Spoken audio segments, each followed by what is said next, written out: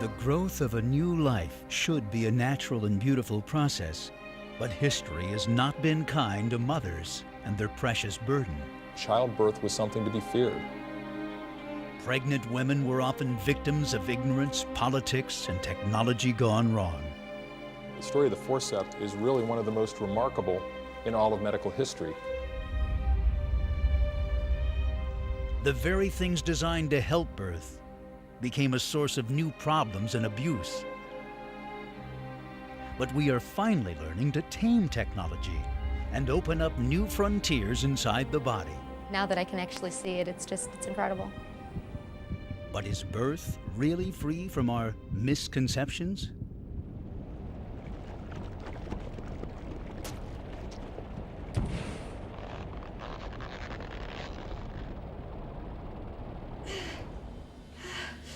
Jenny Lowe is about to give birth. A special and unique moment when she finally gets to meet the new person she has carried inside her body for the last 9 months. But although the birth is the beginning of a new relationship, it's also the end of a unique biological and cultural phase, pregnancy. Months earlier, Jenny and her husband Chris are already planning exactly how and where the birth will take place.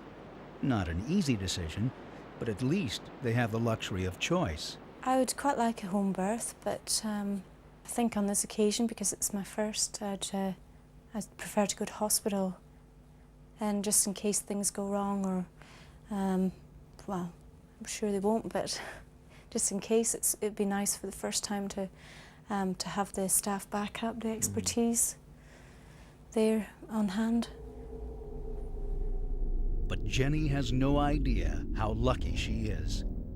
For most of history, many births were attended by a most unwelcome guest.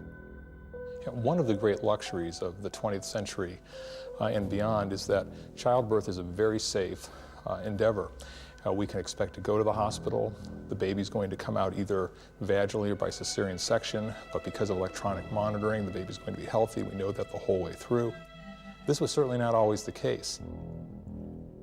Pregnant women throughout history have been caught up in a web of ignorance, politics, and misused technology that have threatened the lives of both them and their unborn children. And like the babies themselves, the story starts simply with a sperm and an egg. But the facts of life weren't always facts. Do you know anything about the facts of life? Not very much, I'm afraid. How about you, Bob? Oh, I know a little bit, but I could stand to know a lot more. Didn't either of you ever learn anything about sex at home or in the schools? My mother always said that nice girls didn't talk about such things.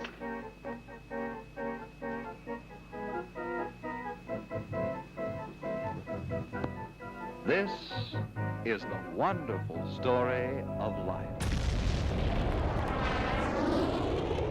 We all know that the frantic race between sperm to find and fertilize the egg is where life begins.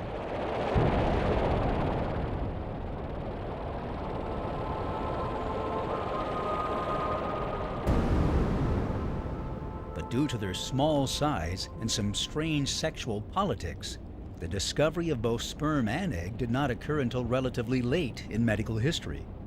Before then, it was anyone's guess where babies came from. In Holland, it was considered a blessing to have a stork build its nest on your roof. Since the luckiest thing that could happen was a baby to be born, the two became connected. But we really got to the root of the matter with the invention of the microscope in 1667. The early microscopists, after the development of the microscope, for reasons which we cannot fully explain, felt the need to examine semen. And in the semen they found sperm, and because their level of resolution was such that they couldn't identify what was in the head of the sperm, it was actually postulated that the head of the sperm contained actually a small individual, which was then deposited into the vagina and took up residence in the uterus. It wasn't until 1827 that Carl Ernst von Baer first observed the mammalian egg. Until then, most people thought women didn't contribute anything to a new life at all, They were just a place for it to grow. The dominant theme is that men are the purveyors, conveyors and generators of life. And this is seen in terms of Christianity, it's seen with Islam, and it's seen with Judaism as well.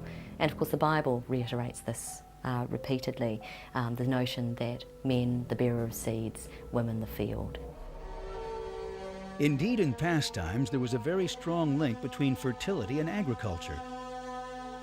In ancient Egypt, life was dominated and made possible by the annual flood cycle of the mighty Nile River, which enabled crops to grow and civilization to flourish in the middle of the barren desert.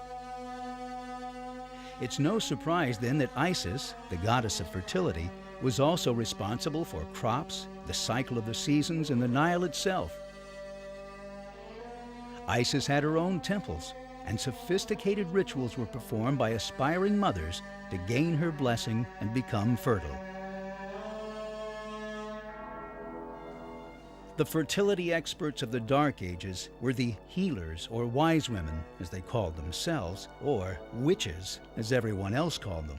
They would invoke pagan deities and mix all manner of pills and potions to procure successful pregnancy. These days, fertility is a lot more suburban.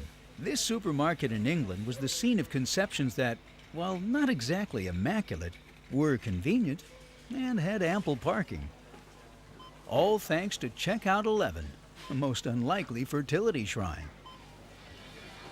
In an eventful 6-month period in 1998, 13 women who worked at Checkout 11 became pregnant. As the epidemic spread, store manager Arthur Smith was forced to take action. Some of the colleagues' husbands were actually ringing up and saying, please don't put my wife on the till, so we had to do something very quickly and very drastic. We initially changed the chairs just in case it was the specific chair that the colleagues sat on that made them pregnant. And then we actually changed the till number to 10A to try and stop the pregnancies. And at one point we actually made it a men-only till. Luckily, other modern fertility treatments are a bit more controlled. At the Infertility Center of St. Louis, fertility problems are being solved by a new technique called ICSI, or intracytoplasmic sperm injection.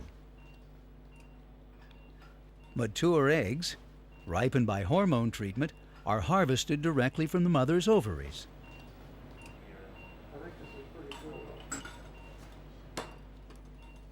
The eggs are washed, separated, and kept in a stable solution. Meanwhile, the father needs only a single sperm in his testicles to ensure conception. It's caught, its tail cut off, and nature given a helping hand. We take this immobilized, paralyzed sperm, and we literally inject it directly, first through that outer shell and then through the inner membrane, so that it's actually inside the substance of the egg. You'd think that biology should be, and nature should be more complicated than that, and should require us to do a lot more than that to make this thing work, but that's really all we have to do. And from that point in time, the egg takes over. Once conception has successfully occurred, the embryo is incubated until it is divided into 4 cells. It is then ready to be reintroduced to the mother's fallopian tubes.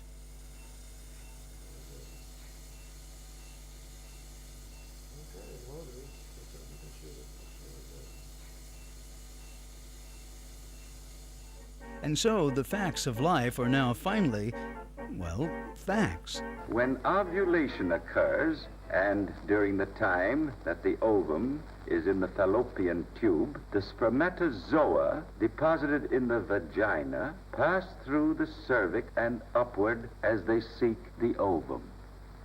Do you follow me, Mrs. Burgess? Oh, it's tremendously interesting, Doctor. But not so long ago, the very people sworn to cure and care for pregnant women could well have killed them.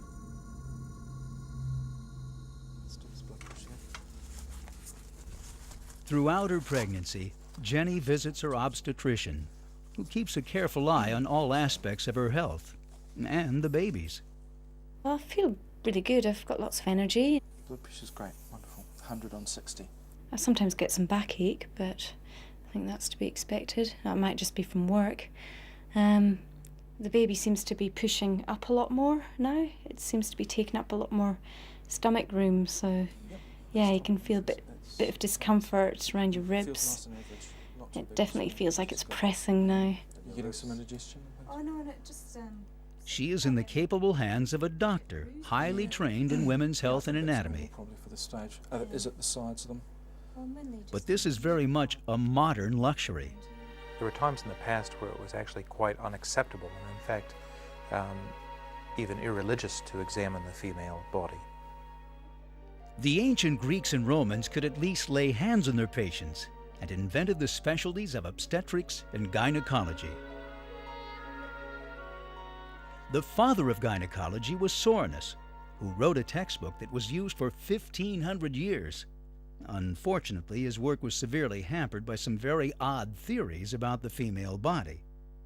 One of the strangest was that the uterus was not fixed in position, but free to roam around.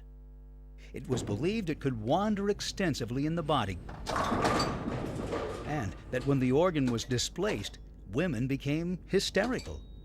Hystera being Greek for womb. Various treatments were used to ensure the safe return of the rogue organ, including the intravaginal application of squashed bed bugs or fumigation with scented smoke.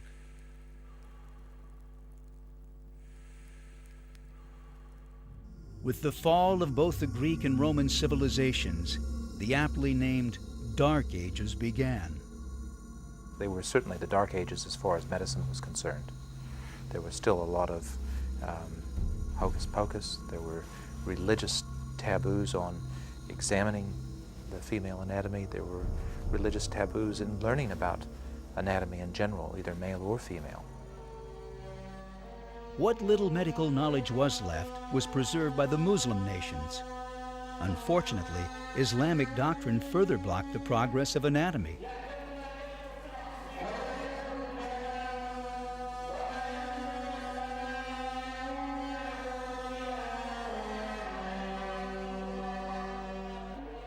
Dissection was totally banned on religious grounds, and men were forbidden to have anything to do with gynecological or obstetric matters.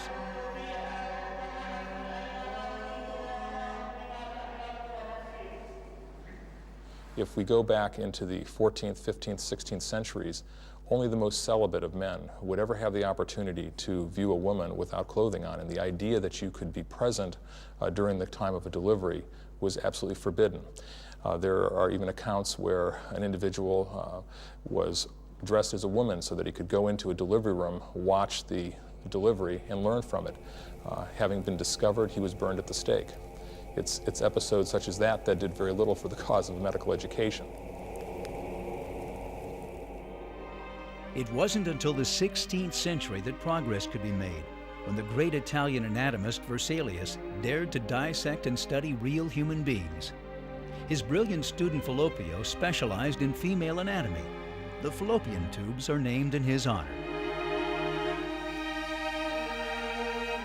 Gradually, restrictions on studying the human body were lifted, and anatomy became a legitimate science for the first time in 1,000 years. The examination of live female patients was still a sore issue, however, with doctors unable to look their patients in the eye and having to rely on a good sense of touch to make their diagnoses. But by the late 19th century, everyone was looking, and it was possible to study the female body uninhibited. The specialty of obstetrics had been reborn. There's nothing in all medicine and surgery that requires broader knowledge than obstetrics. Too many have thought too long that having children is a normal process. It should be. In modern times, it isn't.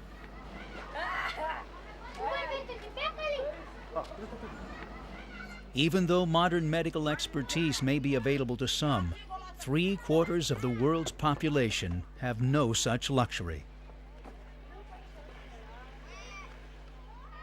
Most of humanity is still in the dark ages as far as women's health care is concerned, a fact aid worker John Suter knows all too well. Most of the animals in any zoo in the world live a lot better than these people do, you know? Prenatal care is basically non-existent, official prenatal care. Nobody has money to visit an obstetrician, for example, or to have the sonogram taken or things like that. They mostly just help each other. It's very informal. Among the 90 families of the township, Donna Sina is the resident expert on birth. She has no formal education. Her only training is surviving 12 births herself.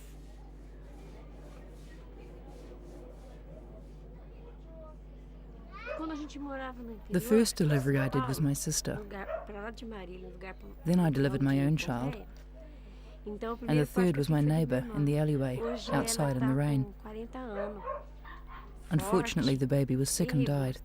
But because I had this experience, the other mothers know to come to me. Around 100 children are safely born in the town each year. Almost all of them thanks to Donna Sina, her single pair of scissors, and large helpings of faith and intuition. I can sense or feel when there's going to be a problem with a delivery. And so I send those cases I feel are going to have a complication to the hospital.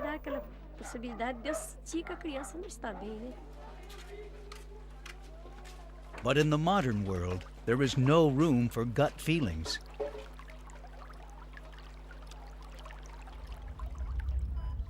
In this high-tech surgical suite, a mother is in big trouble. Chantal, can you call for pediatrics? Hey, Aaron, we're bleeding like crazy. Okay, let's put those legs down. Tons of bleeding. She's just hemorrhaging. Oh, man. Okay. Have you got our tube? I need another clamp, please. Kid probably lost a ton of blood, along with Mom. Are we getting her blood pressure back at all? Pressure's still low. But all is not as it seems. Okay, good. All right. So I'm going to start dropping the mom's blood pressure even more. Behind the one-way glass, Louis Halamic is playing God. Yeah. The bleeding is just... The prime directive of simulation-based medical training is to allow people to experience things in a safe environment where patients cannot be hurt by any potential mistakes, learn from their exposure to that environment, learn what they did well and gain confidence from that, learn what they didn't do so well so that they can do it better the next time, and then take that into the real environment when they encounter real human beings. Louis has the health of his virtual patient at his fingertips. He can control her heart rate, blood pressure, and many other bodily functions, and create a life-threatening condition with the click of a mouse. Well, that's why I'm going to do this hysterectomy, I think. Yeah. It's a very realistic representation of an adult human being. The dummy mother has a few more tricks up her sleeve for added realism.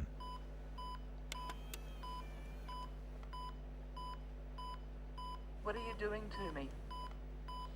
Okay, there's meconium as well. And can I have the clamp, please? So even though for example, the baby mannequin is a fairly simple device, because of the presence of all the individuals in that room, as well as the presence of real working medical equipment, and the kinds of modifications that we can make to that mannequin, all of those things together allow the participant to feel like this is the real thing. How's her pressure doing? Do we have a circulating nurse? Yeah, the simulator is a lot more real than you might think when someone tries to describe it to you. It feels very real. You very quickly forget that it's just kind of pretend and for practice. And the more chances you have to practice doing that, the better. And in cases where things are rare, the simulator is a great opportunity to do that. But for our ancestors, there was often only guesswork. And the biggest mystery of all was what was happening inside the mother's womb. With only a month until her baby is due, it's Jenny's last chance to live one of her dreams, to swim with dolphins. For centuries, it has been noted that these sensitive creatures respond differently to pregnant women. perhaps because their natural super sense of ultrasound allows them to see through skin and flesh and observe her unborn child. The ability of humans to copy this sense has opened up a whole new world to both expectant mothers and the physicians who treat them. For the first time in history, a window has been opened into a world that was previously invisible and unknowable: the development of a baby inside its mother. Before ultrasound, there were rampant speculations of all sorts of things. What would influence fetuses? How would they turn out? Speculations like crazy. It had nothing to do with reality, but no way to prove or disprove them. In the absence of such information, imaginations ran wild. One particularly wild theory was called maternal impression. Many cultures believed that what a mother saw while she was pregnant would influence her baby, usually for the worse.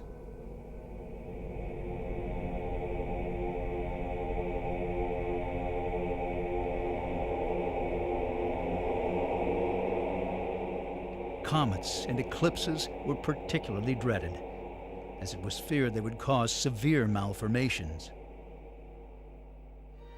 Pregnant women in ancient Greece were advised to gaze upon beautiful statues or pictures so that, in turn, their children would be strong and good-looking. The belief in maternal impression lasted well into the 19th century, when pregnant women were sometimes banned from going to zoos in case their children looked like animals. One of the most deformed children ever was John Merrick, whose disfigurement is now thought to be a rare genetic condition. But Merrick believed until the day he died that his malformations were caused by his pregnant mother being scared by a rogue circus elephant. This led to the name by which he is more commonly known, the Elephant Man. Thalidomide was introduced in the late 1950s to treat morning sickness, but instead led to thousands of severely deformed children. Ironically, recent research suggests morning sickness itself is actually a protection mechanism for both mother and child. The original idea was that morning sickness was the failing of a woman's body in the face of a pregnancy. And now we realize that there are very clear underlying hormonal, neuroendocrine correlates of morning sickness, that this is not a psychological malady, nor is it a failing woman's body in the face of a pregnancy. And so the modern view is that this is a real physiological phenomena, and our part of the story is, why does this real physiological phenomenon even exist? The time course of this nausea and vomiting corresponds exactly to the time when the embryo is most sensitive to disruption. A group of chemicals that can cause severe damage are called secondary plant compounds. Plants make these toxic chemicals to discourage animals from eating them. Unfortunately, humans often ignore the warnings. We know many of these volatile compounds as spices, such as pepper and chili. During early development, both mother and child are also highly sensitive to parasites and diseases that may lurk in food.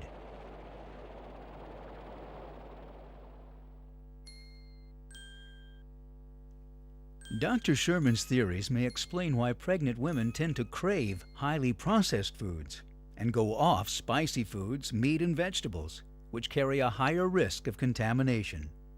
Morning sickness protects not only the developing embryo from plant secondary compounds, but also the mother and the embryo against infectious diseases that might be found in food-borne parasites and pathogens, which would afflict both of them very severely at that time. In the late 19th century, X-rays were used to pierce the veil of secrecy shrouding the womb, but hastily abandoned as their damage became apparent. It was the ability to see with sound that really revolutionized prenatal care. Modern technology now truly gives us a womb with a view. So look at that. Okay, let's enlarge this so we can make out a little bit more of what's going on. There we are, view with the head and body, and look at the arms, independent movement of both hands.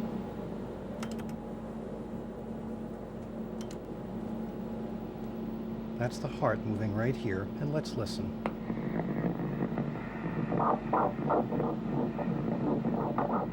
Well, the main thing that ultrasound does is that it lets you tell something about what's inside instead of just speculating.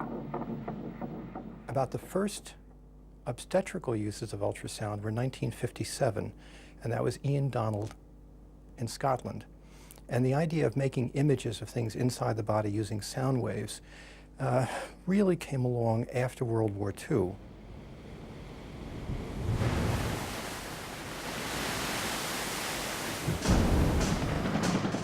Ironically, the deadliest machines on Earth proved they could cure as well as kill, as advances in military imaging and tracking technology were paralleled by medicine. Developments such as side-scanning radar now enable us to see fetal development in detail never before imagined. Down. Oh, wow. That's amazing. And there's a picture on the screen. Have a look right here. And let's rotate this around. We want to know, is a fetus healthy or sick? This is the primary question in obstetrics. So we've come to looking at the face because it's, after all, an organ of communication. And what we want to know, flaky though it may sound, is from looking at the face, can you identify somebody who's telling you that they are happy and serene in their environment, or that in some way it is an inadequate environment and they are troubled? Using 3D ultrasound, the obstetricians of tomorrow may be able to detect subtle health problems by just the expression on an unborn child's face. But of course, for the mother-to-be, simply being able to see that face is valuable enough. It's definitely strengthened the bond that I have with the baby, and it's like I know what's going to happen, and I know there's a little person. Now that I can actually see it, it's incredible. The mechanism of fetal development is very, very complicated. And so you can only get glimpses of it. Those glimpses are very, very good. And in comparison with no glimpse, it's magnificent. It's one thing to identify a problem with an unborn child, and another to be able to do something about it.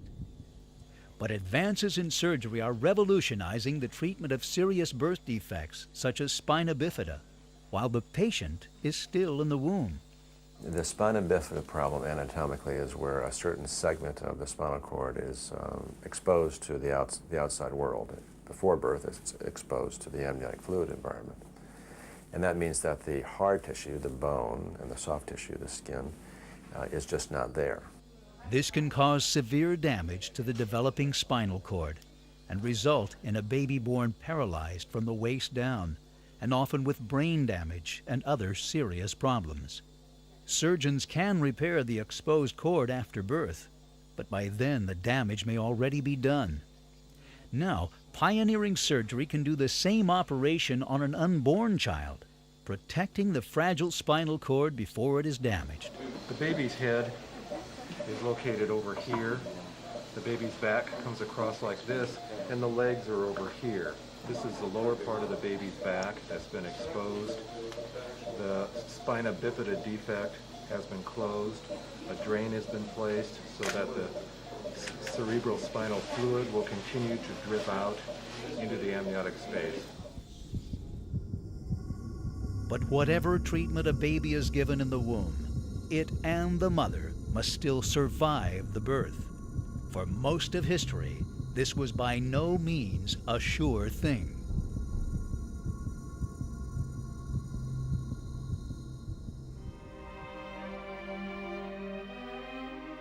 Birth is supposed to be a joyous event for both mother and child. But in previous centuries, it was all too often a time of pain, disease, and death. Childbirth was something to be feared. At the turn of the 19th century, we had a situation where the average life expectancy of a woman was 45 to 50 years old. That's not to say that women didn't get older, but when you averaged all their ages together, those that died in childbirth in their teens and early 20s brought the average life expectancy way down.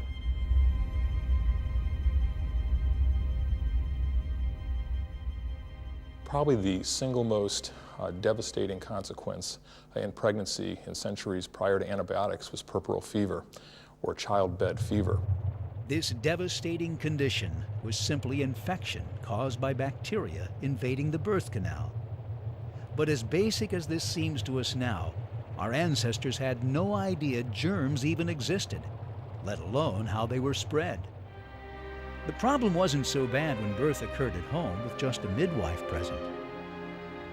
But as the trend towards hospitalization started in the 19th century, mothers became exposed to more dangers than just hospital food.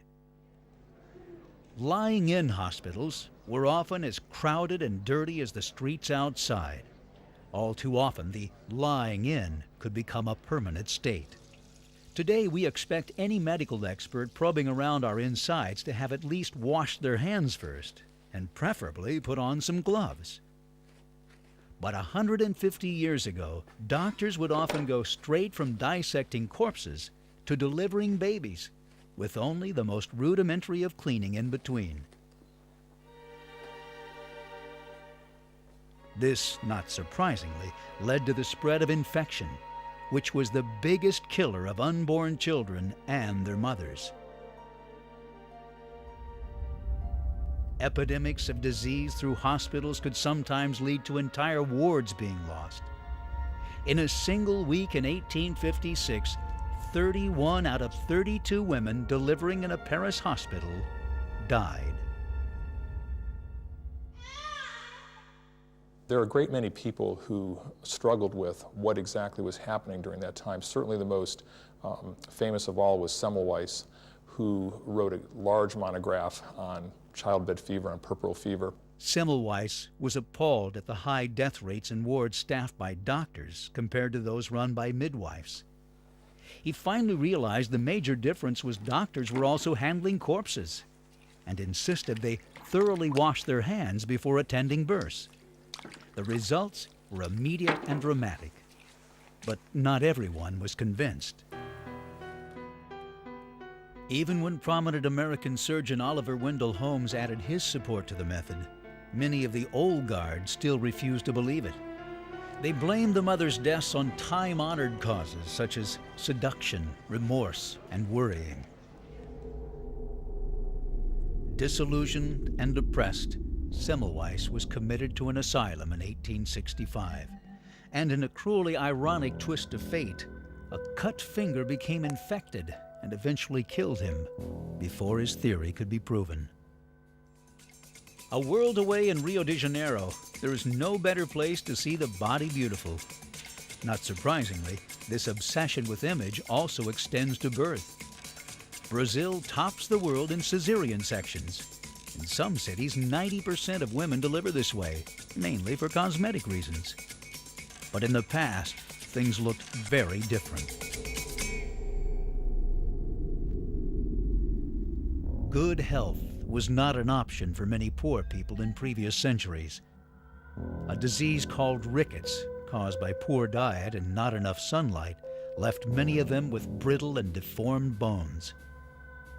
It also meant it was impossible for many women to give birth due to constricted and misshapen pelvises. But such handicaps weren't always restricted to the poor, nor were they always accidental. Fashion could be just as deadly and infectious as any disease. The wearing of corsets from a young age led to further damage to the bodies of Victorian women. The twin menaces of rickets and corsets made normal delivery impossible for many women. They simply didn't have a birth canal. Trapped inside, many babies became infected and died. If the fetal head refused to pop out, then the midwife had to do something or the mother would die in obstetrical shock. And so there were various interventions that the midwives did know about and which a skilled wife would be able to do, such as version. Version involved reaching into the womb and manipulating the baby in the vain hope it would find its way out, a dangerous practice for all concerned. A gruesome but more effective method was to use destructive instruments to get the dead baby out in pieces. These looked more like implements of torture than medical instruments and were guaranteed to strike terror in the heart of any mother. As bad as this method was, the only other option for delivering an obstructed birth was the cesarean section. But this spelled almost certain death. There are many accounts of cesarean birth throughout history, but almost none of the mothers actually surviving them. Although it's widely believed the procedure was named after Julius Caesar, this is unlikely, since there are accounts his mother survived until he himself was middle-aged. It is more likely to come from caesus, the Latin word for cut. It was such a deadly procedure that not a single woman survived a cesarean in Paris between 1787 and 1876, almost 100 years. The major breakthrough was made by Scottish surgeon Joseph Lister in 1879. Lister developed a method of covering an entire operating theater with antiseptic spray, protecting patients from invading bacteria. Pain was the next barrier to be overcome. But why should a natural process such as birth even be painful in the first place? Two of the biggest milestones in human evolution were the development of a large brain and the ability to walk upright. Ironically, both have made childbirth more difficult for us compared to other primates. To support an upright torso, the pelvis had to become narrower and more rigid. At the same time, bigger brains meant bigger heads, leading to an often tight and painful passage through the birth canal. Of course, there are other explanations. When Adam and Eve became embroiled in a small dispute involving an apple, birth was at the core of their penalty. The punishment which God pronounces upon Eve is that in pain she is to bring forth children. Now the result of this is that when the idea arose of relieving the pain of childbirth by artificial means, that met with some religious opposition. Opposition is putting it mildly. In 1591, midwife Agnes Sampson of Edinburgh was put to death for daring to alleviate labor pains. The religious opposition to pain relief for women in childbirth came to a high point and was finally challenged in 1847 when Sir James Simpson of Edinburgh first began using first ether and then chloroform in order to anesthetize women in labor. Simpson's first use of chloroform in obstetrics was so effective he had trouble convincing the mother that the newborn baby was hers. She hadn't felt a thing, but plenty of other people were sore. It's worth noting that not all objections to the use of pain relief in childbirth were religious. It was also argued at times, and it's worth noting not only by men, that the pain of childbirth increased a mother's affection for her child. As one contemporary commentator wrote in the 1840s, the pain of childbirth softened a woman's heart. One woman who could evidently do without a soft heart was Queen Victoria, who finally settled the whole dispute by using chloroform anesthesia during the birth of Prince Leopold in 1853. With infection and pain conquered, it was now safe and acceptable for doctors to intervene during births. But the 20th century would see this taken too far, as intervention went from emergency to routine, and from cure to overkill.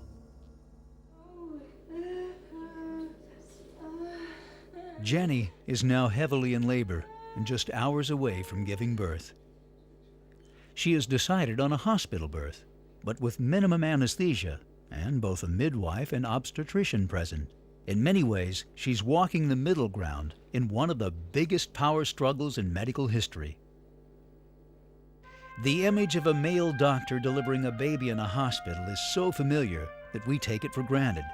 But this is very much a 20th century portrayal of birth.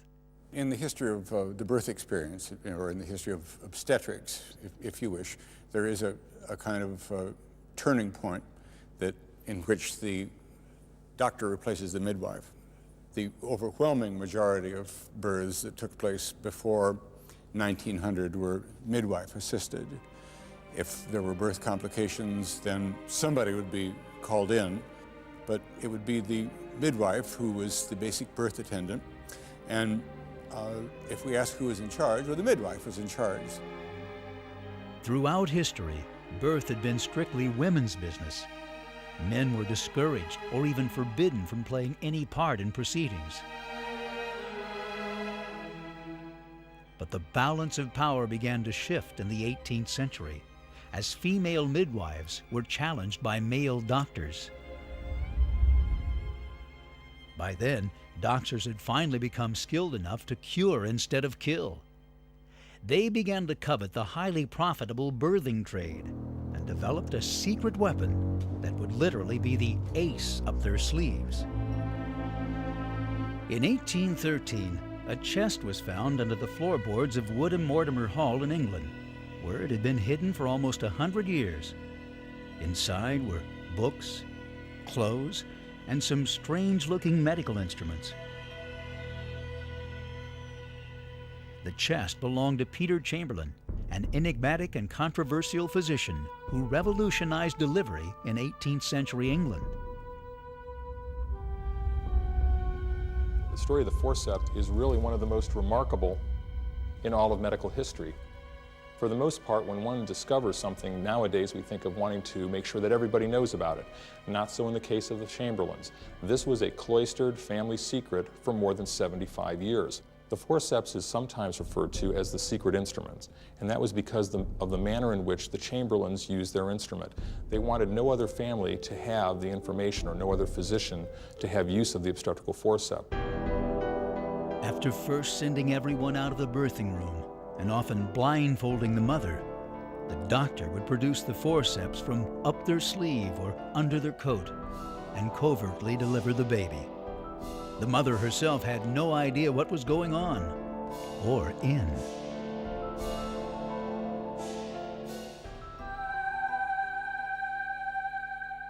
But the secret eventually got out, and the ability to safely deliver difficult births gave doctors a huge advantage over midwives, who were banned from using any medical instruments. Forceps became further refined and more effective at delivering babies, too effective, as it turned out. Then what happens in the course of time is that forceps-assisted deliveries become routine, rather than being reserved for great obstetrical emergencies where the mother is otherwise undeliverable. They become routine, and they become routine because the indications for intervention shift from the mother to the fetus. Emphasis was placed on delivering the baby as fast as possible, so that the risk of it suffering damage of any kind was minimal. This kind of intervention changed everything about the birth experience, starting with the birth position. Traditionally, women in most cultures gave birth standing or squatting, so that gravity would help the mother's own muscles to deliver.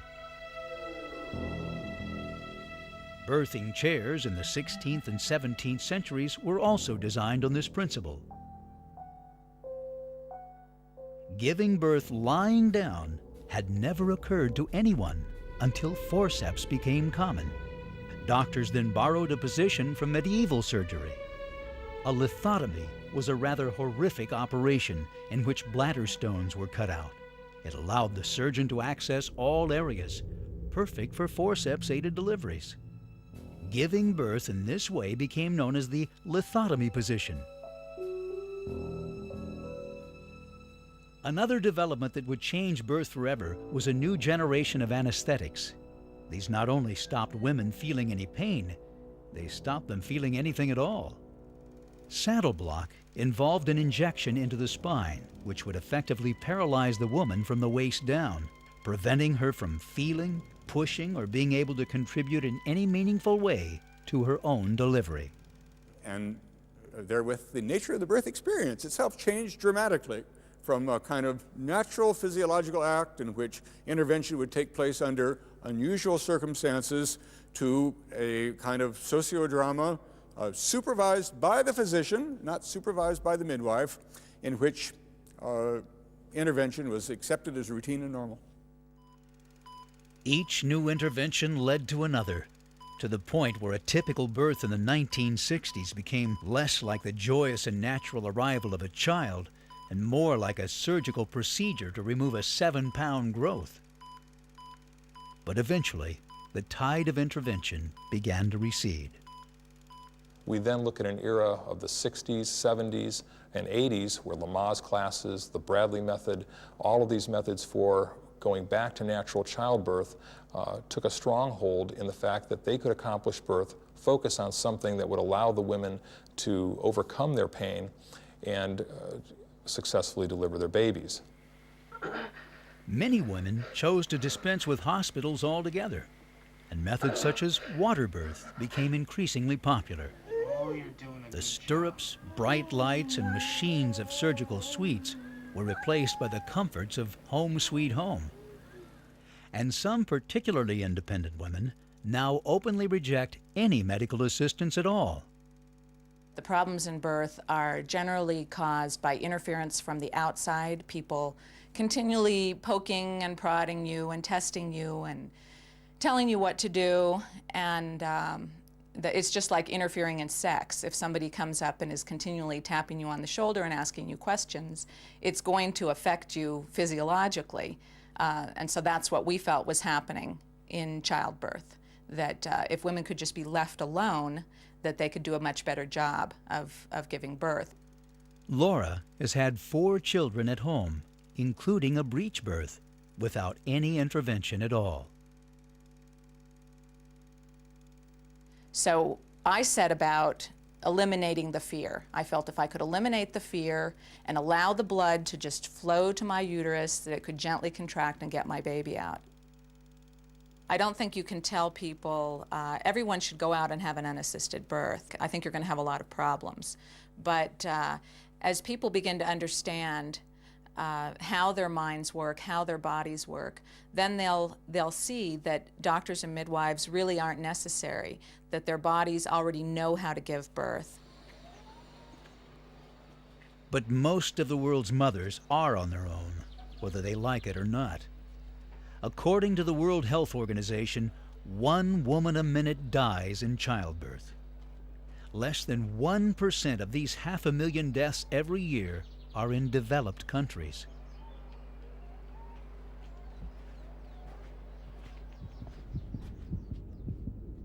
No one has ever tried to make birth more difficult, but many times in our